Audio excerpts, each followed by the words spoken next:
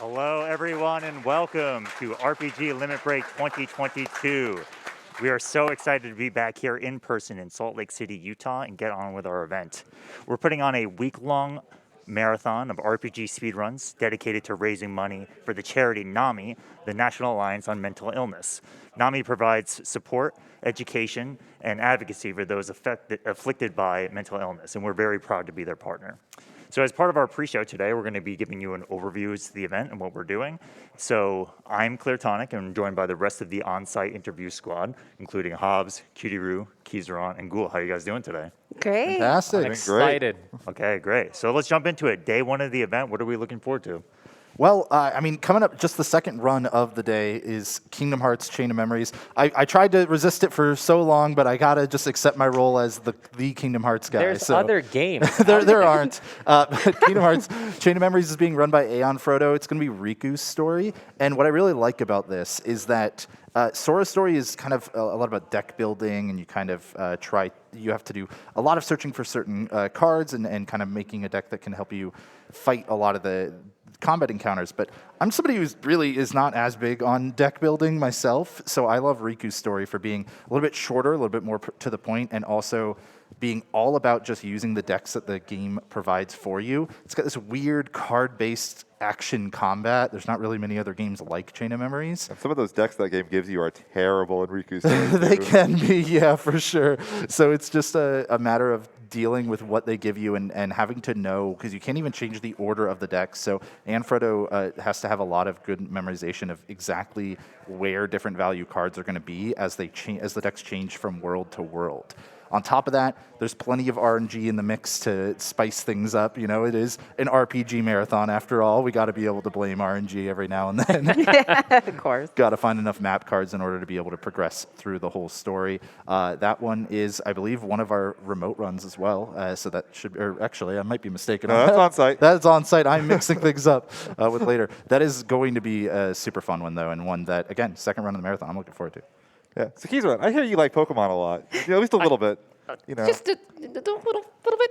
So we've had a fair amount of Pokemon in the marathon over the last several years, but we've got a new Pokemon game and a new Pokemon series too at this event. The fourth run of the marathon, Pokemon Mystery Dungeon, a Blue Rescue Team, I believe.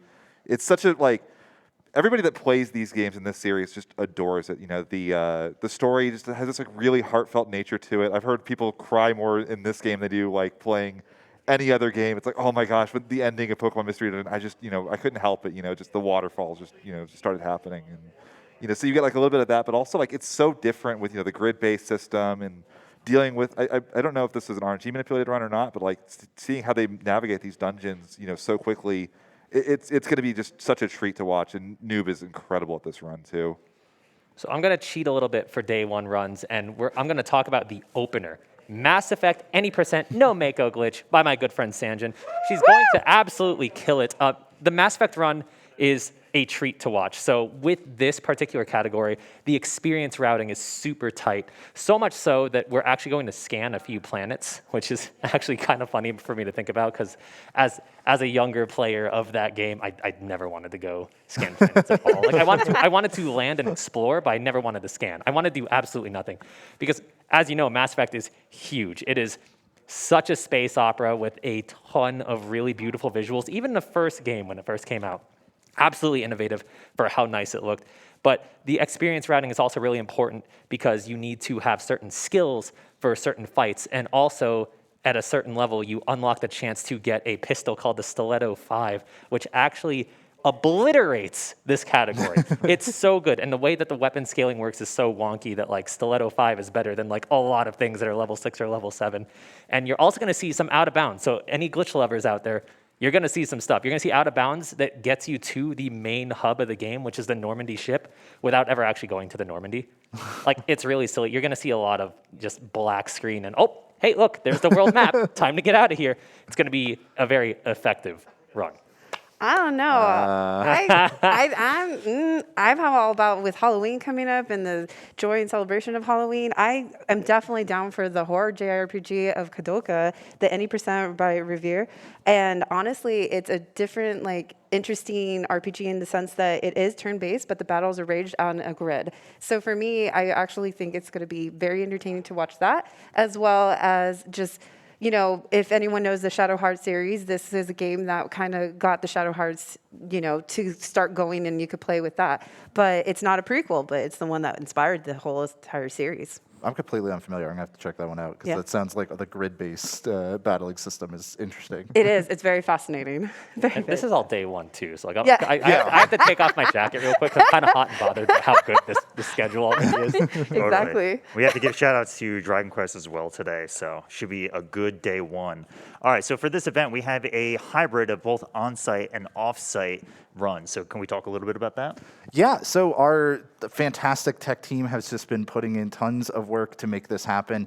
We know that with the current climate of the world, not everybody is able to travel out to an event like this that we're able to hold in person. And so we wanted to be able to accommodate as many people as possible, as many RPG lovers out there as we could.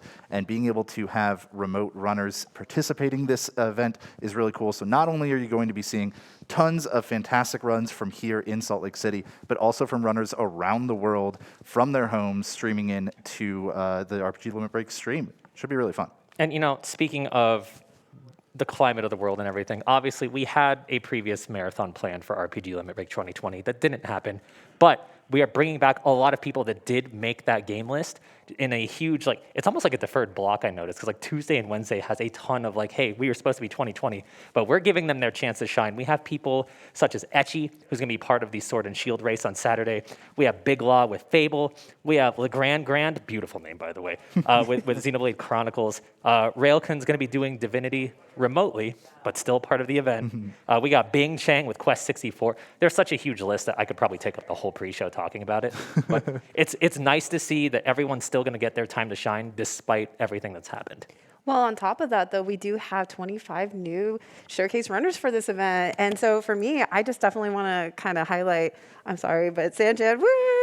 I definitely want to, because not just one, but there's two runs that Sanjay is doing, Mass Effect and Octopath Traveler. For me, I think it's amazing that as a new runner and being able to showcase two of those games, it's just great. And as well as Swanarath of 11 for the Final Fantasy randomizer for the co-op. And so I'm super stoked to see both of those. And I just wanted to talk about how these runners are going to just put on an amazing showcase. Brand new. So we've got a week-long marathon of RPG speedruns. Let's talk about the overall schedule. What are we looking forward to this week? So, you know, the key to any good schedule, you got to have your basics down. You know, we're an RPG marathon. You got to have your Final Fantasies. You got to have your Dragon Quest. You got to have your Pokemon. You got to have your Kingdom Hearts. We've got all those, and we got all those in some really cool, unique ways too, which I love seeing. So Dragon Quest, you know, we've got the newest Dragon Quest, you know, that was not out the last time we had an event, but we also have, you know, a task of Dragon Quest. You know, Final Fantasy, we have Stranger of Paradise, the most recent Final Fantasy game. We also have Final Fantasy X as an AI task. It's a really unique run. I'm super excited to hear. Like, there's so much that went into making this work. It's basically like an AI tries to play the game perfectly as though the AI was a human. I'm really looking forward to that one. I want to hear because I want to hear all the commentary about how it works. I love tasks that are like, you know, humanized like that, because then I feel like I could maybe do it. Yeah, exactly. But like, it's done live too. Like it literally yeah. It's not like it's like a pre-programmed like, oh, this is the RNG seed we're gonna go on. No, Really? it actually like straight up reads like- what the game is doing. Oh, wow. Tries to use that like it doesn't use any information, like it doesn't read the RNG seed to know what the damage is gonna be, but like it uses all the information it could to like try to figure things out and go through. Like it's really, really cool. It's gonna be an incredible showcase of that.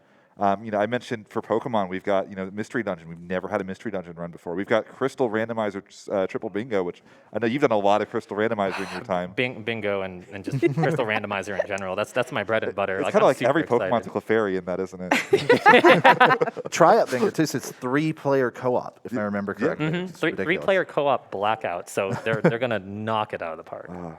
It's such an amazing schedule. It's so exciting. I mean, for me, I love the different amount of RPGs, like the type of RPGs that are on the schedule. I know for me, action RPG that I chose, I'm sorry, but Cat Quest 2, woo, show some love. Definitely, it's a little surprise, little indie game that you have the cat and the dog, but also it is an action role-playing game, and so that's what's great about it. And the fact that there's other. Of course, we have the turn-based RPGs where we have the Final Fantasies, but mine, the one I was really going oh yes, this is going to be amazing, is the Mario and Luigi Dream Team. I think a lot of the turn-based combat system in that is just so much fun. And then mentioning earlier about the speed run is just you're going to have a different. It is whack. Yeah, it's I gonna don't be even want to spoil some of you have to tune in for this run. Yes. It is hilarious, some of the lengths this game breaks, and then some of the stuff you have to do, not even related to the game itself, just to make the run work. I'm not going to spoil. There's something that's really, really silly with the 3DS that you have to do to make this run work. And when you hear about it, you're going to go, "There's no way that's a thing." Oh boy. I mean, when I heard, that's what I thought. I was just yes, no way. And then another one that I just wanted to point out too, which is a very unique RPG, is the Quest 64. It's not a normal role-playing game. It's kind of a hybrid of a strategy and role-playing game, where in the sense you don't even have a coin system to level things up. It's a single-player role-play. It's not a normal as an older game, and from that generation, it was a very unique idea for when that time frame it was out on, and it was very just ahead of its time in my opinion, and I treasure that so much. And yeah, that's just all the different RPGs, the types that are out there. That's kind of what's really great about the submission list. Well, I've been a part of a ton of different marathons, and something I always recommend to people who are watching, don't just stick with what you normally watch and what you normally like. Give stuff you haven't heard of a chance. It's a treasure trove of gems, no matter what the marathon is, and this marathon's no different. So we have Shadow of Eusebius by Crow T Robot, Darkimist, David TKI, and Mr. Pierre Miller. I had to actually write this down because this is a mouthful, right? It's an MMORPG. Okay, and you had to pay for it by the hour, because we're talking early 90s. Yeah. Or you could pay $100 for a month of doing it. It was the subscription-based model MMORPG before WoW and all of that came out. They're gonna be doing it on a private server, but it's always fun and interesting to see how MMORPG speedruns work, because you don't really think of a game like that is something that you play fast. You think, I got to grind for this 1% drop, and I'm going to eventually get level 63 mining, blah, blah, blah. You have to share that with people. Yeah, so I'm really excited to see how this goes. We also have Hylix 2 Any Percent by RJ Smangit. The visuals exist. It is very strange. It is so weird. If you want your wacky game of the marathon, that is probably the one. And additionally, we have 2, not 1, not 3, because that's too many, 2 D&D games in this marathon. We have Dungeons & Dragons, Warrior of the Eternal Sun by Rujasu. It's on the Sega Genesis, and I took a peek at the soundtrack from your suggestion. Fantastic music. If you want banger after banger of music, check out this game. And we also have Advanced Dungeons & Dragons, Pool of Radiance. It's 100%, all main quests, by MS Kane, and it's very DOS. If you know your DOS games, this is the DOS game. You could almost even say we almost have a third one with Divinity Original Sin that was mentioned earlier. Ridiculous. All right, I want to hear all of your upcoming favorites for the marathon. What all are of we them. Going with? Every run. All of them, yeah.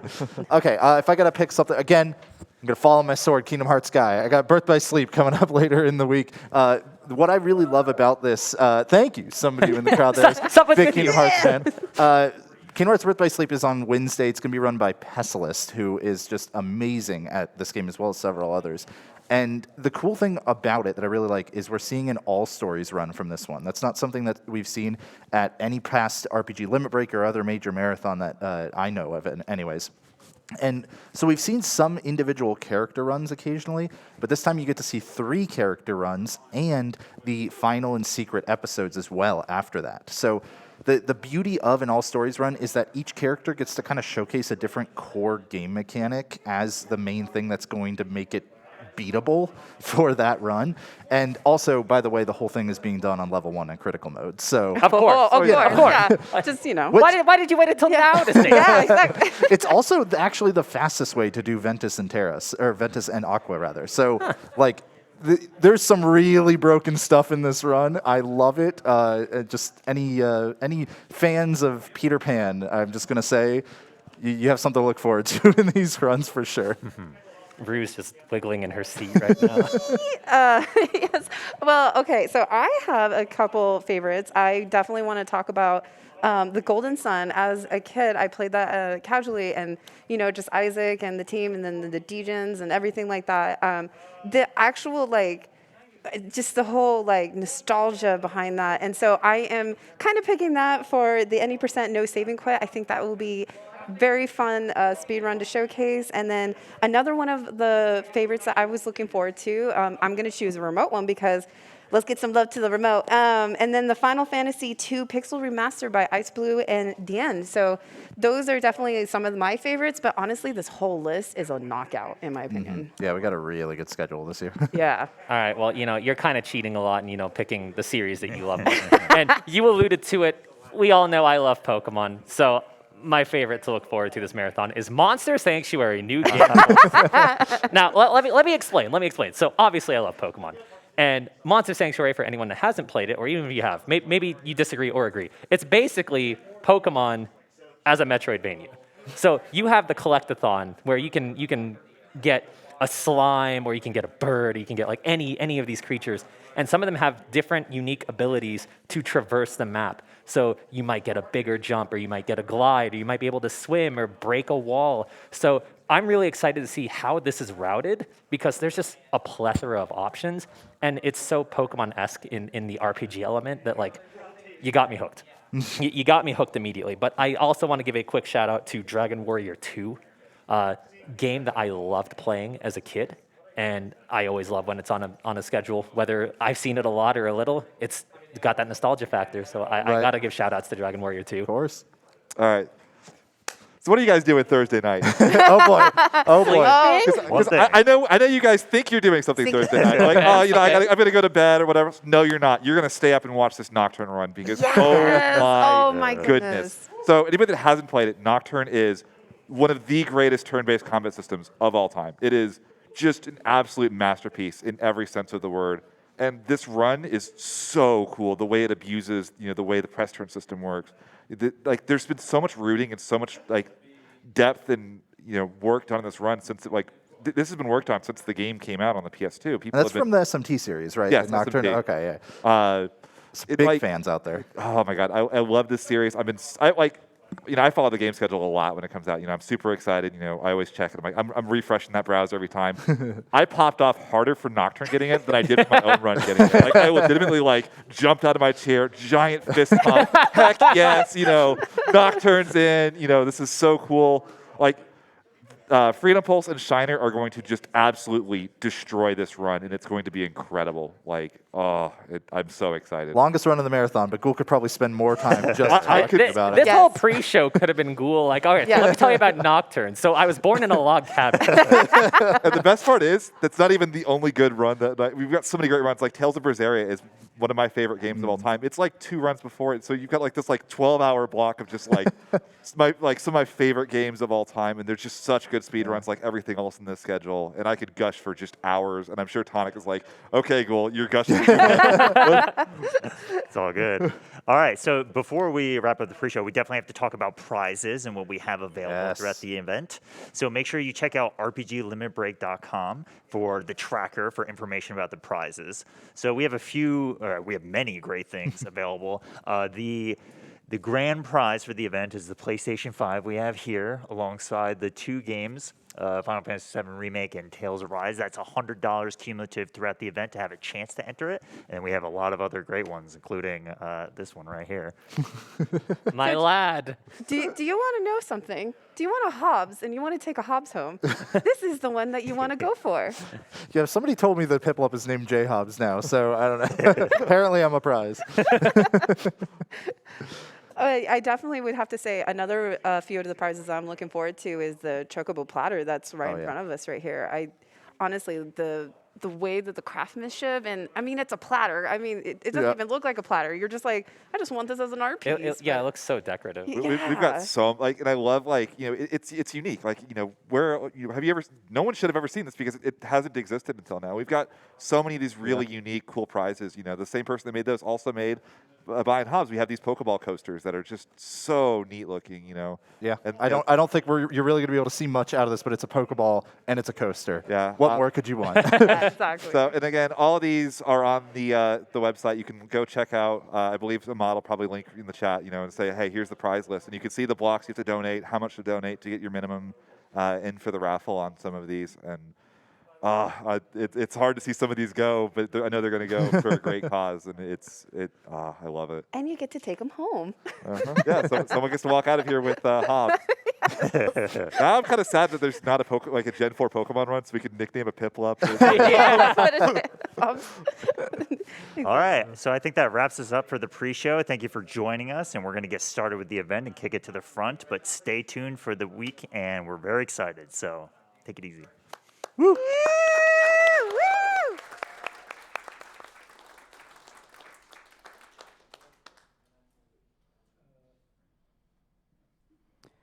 Hey everybody, I'm Poexel, co-founder and event director for RPG Limit Break, and before we get started with our first run, it's my pleasure to introduce Rob from NAMI, who's going to say a few words about what we're here and what cause we're supporting.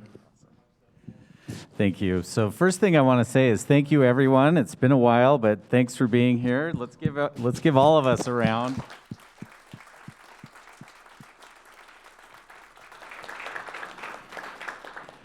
So we're just so fortunate to have this event here. I mean, I get to come and check this out anytime I want to, but let's talk a little bit about NAMI. So I'm Rob from the NAMI here in Utah. And basically NAMI, the National Alliance on Mental Illness, what we do is we provide advocacy, education, and support to people living with mental health conditions as well as their families. And basically what that means is we go bug legislators to make sure that they're doing the right thing in terms of getting access to mental health conditions. We also educate families as well as people with mental health conditions on what's going on. Like, what is this mental illness? What am I experiencing? What we also do is we provide support groups. So, hey, I've got a mental health condition. I kind of feel like I'm alone, but I guess I'm not. There's a lot of folks who experience mental health conditions, a lot of families. So all of that NAMI does around the country, we do for free. And so we're just really excited to have support from you all. I mean, this is a great way to spread the word that you're not alone, that there are a lot of folks who experience this, and I'm just excited to get it going. Well, thank you. All right, so I think it's time to start talking and start crushing some RPGs. So let's going to hand it off to Sanjan to get started with our Mass Effect round, and then I think everybody in the room can give her a countdown.